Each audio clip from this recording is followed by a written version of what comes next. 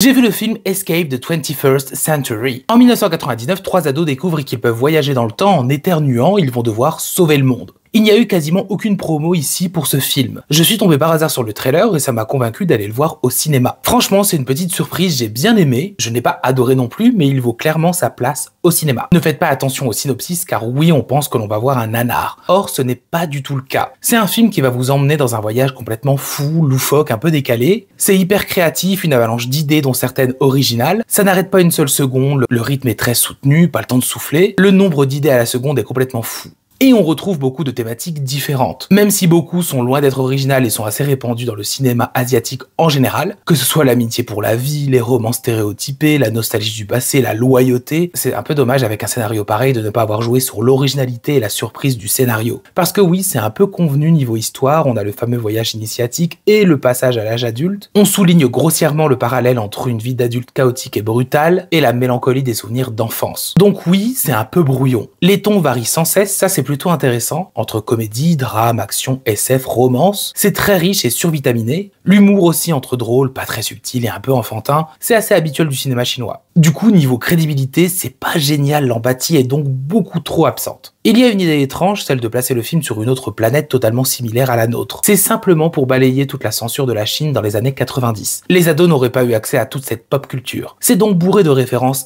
à cette pop culture, surtout japonaise d'ailleurs. C'est un réel plaisir quand on a connu ça. Les personnages sont suffisamment développés, très stéréotypés, mais attachants. La réalisation, c'est le point fort du film. On ressent encore toute la créativité, ça fuse à chaque seconde. Que ce soit cette brillante mise en scène, le cadrage qui change tout le temps, les scènes d'action immersives, les décors originaux, la bande son acidulée. Tous les effets visuels sont intéressants. Le film emprunte beaucoup les codes visuels cartoonesques qui rappellent les mangas, les comics, les animés ou les jeux vidéo. Parfois, c'est un peu trop, parfois ça fait très cheap, mais ça donne vie aux scènes. Et niveau casting, ça reste correct. On ne pourrait même pas dire si c'est voulu qu'il joue de manière aussi cliché ou non.